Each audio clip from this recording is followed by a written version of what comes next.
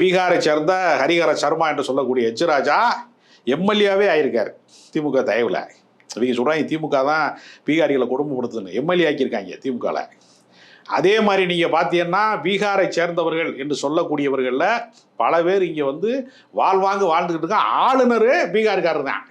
பீகாரோட லட்சணம் என்னன்னு சமீபத்தில் பத்திரிகையாளர் வந்து உமாவதி வந்து பீகார் மண்ணில் வந்து என்ன மாதிரி நிலைமை இருக்குது, இன்னும் கை ரிக்ஷா ஒழிக்கப்படாமல் இருக்கிறது, இன்னும் வந்து சோத்துக்கு வழி இல்லாமல் இருக்கிறாங்க, டாக்டருங்கிற பேரில் ரோட்டில் பிளாட்பாரத்தில் வச்சுக்கிட்டு போலி வைத்தியர்கள் எல்லாம் வந்து இந்த நாட்டில் வந்து அந்த ஊரில் அவன் தான் வைத்தியர்னு சொல்லிட்டு இருக்கிறான். எவ்வளோ மோசமாக இருக்கிறது. தமிழ்நாடை விட ஒரு மிகப்பெரிய பின்தங்கிய மாநிலம். அதாவது தமிழ்நாட்டினுடைய இடத்தை அடைவதற்கு பீகாரிகளுக்கு இன்னும் 50 ஆண்டு காலம் ஆகுங்கிற அளவுக்கு. அதாவது இந்தியாவில் இருக்கிற மாநிலங்களிலேயே அதிக வறுமை இருக்கக்கூடிய மாநிலமாக பீகார் தான் இருக்கிறது என்று மத்திய அரசின் புள்ளிவிவரம் சொல்லுது. இவங்க ஆட்சி செய்த லட்சணம் அப்படி இருக்கிறது.